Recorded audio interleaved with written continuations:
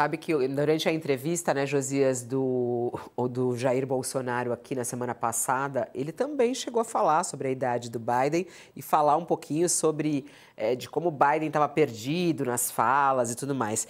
O Josias fez uma coluna hoje, publicou agora há pouco, falando que o drama de Biden recoloca a idade de Lula no paiol dos adversários. Achei interessante aqui, Josias, a sua análise, fazendo essa relação em relação aos casos de saúde e as idades desses grandes líderes, né? O que traz aí de preocupação para o governo Lula, né, essa situação do Biden?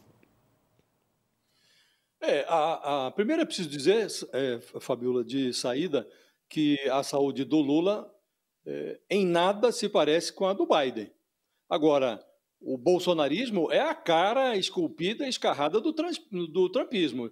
E esse novo drama do Biden, agora diagnosticado com câncer na próstata, recolocou o fator etário no arsenal da oposição no Brasil.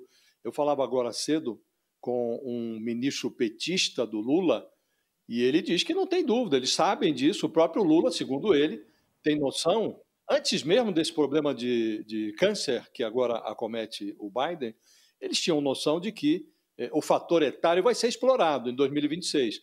Por marca e expressão dele, do ministro, né, por marketing ou por mau caratismo, os inimigos do Lula vão usar isto.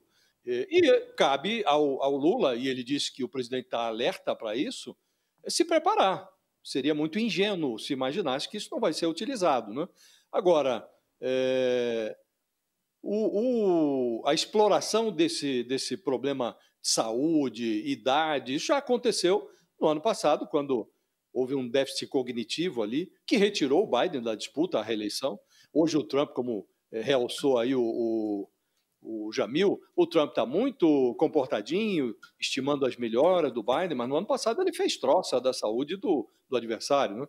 E o Bolsonaro macaqueou o seu ídolo e questionou no Brasil, naquela ocasião, a saúde mental do Lula. Um aliado do Bolsonaro, o Ciro Nogueira, rebatizou o Lula de Biden da Silva.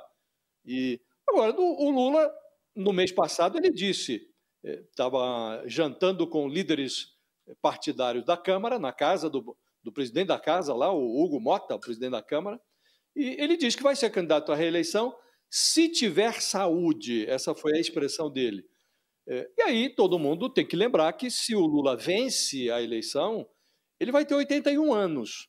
Ele vai começar o novo governo com 81 anos. O Biden concluiu o mandato dele com essa idade. Hoje ele tem 82, no ano passado, quando o último ano da gestão dele, o Biden tinha 81 anos. Então, o Lula sempre diz que está muito bem, repete que tem um tesão de 20 anos, mas, obviamente, os adversários vão utilizar. Eu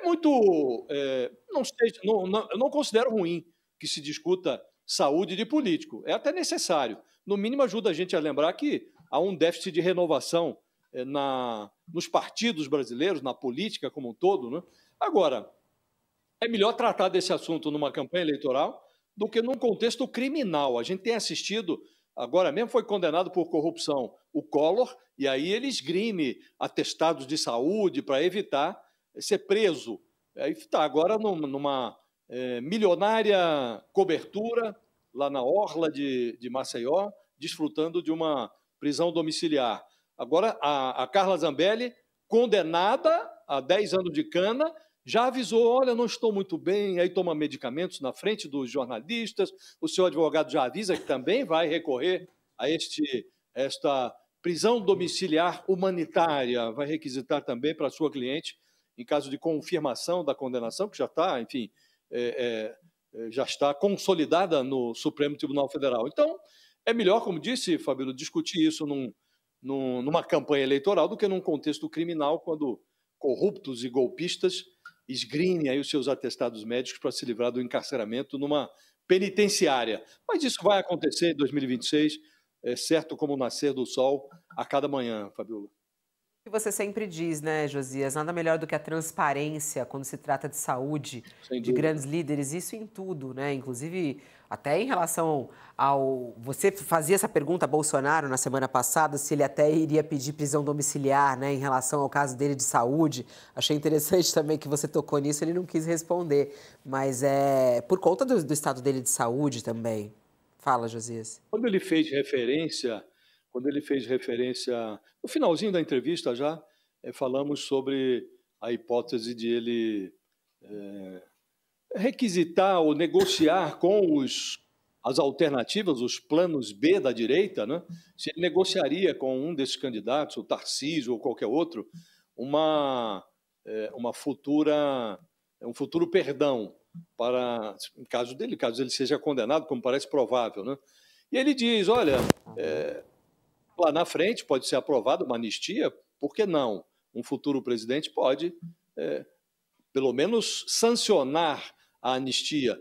E aí eu insisto, se ele consideraria também, pode discutir a questão do indulto, ele fala, pode entrar na discussão, até por uma questão da minha saúde. Então ele faz essa referência, né? Eu não tenho dúvida também, Fabíola, de que, confirmando-se a condenação do Bolsonaro, o que deve ocorrer ainda neste ano, é óbvio que os seus advogados vão recorrer a atestados de saúde para tentar evitar que o Bolsonaro seja recolhido a uma penitenciária. No caso dele, até como ex-presidente, no caso do Collor, mandaram lá para uma penitenciária de Alagoas, né? Embora o Collor tenha ficado numa sala da diretoria, estava numa cadeia, numa penitenciária bastante precária, aliás, de Alagoas, né?